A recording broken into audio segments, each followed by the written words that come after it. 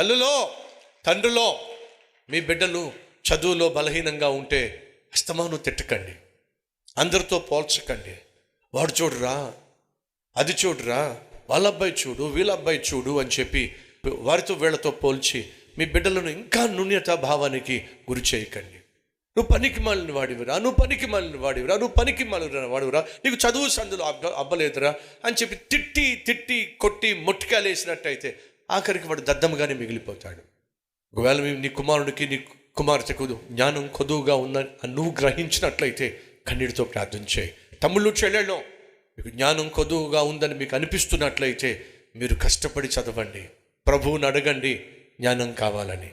దేవుడు ఖచ్చితంగా జ్ఞానం ఇస్తాడు. యాకోబు పత్రిక 1వ అధ్యాయము 5వ వచనం, మీలో ఎవనికైనాను జ్ఞానము కొదువుగా ఉన్న ఎడల అతడు దేవుణ్ణి అడుగవలెను, అప్పుడు అది అతనికి అనుగ్రహింపబడును. మీలో ఎవరికైనా జ్ఞానం కొదువుగా ఉందా? అయితే దేవుణ్ణి అడగండి.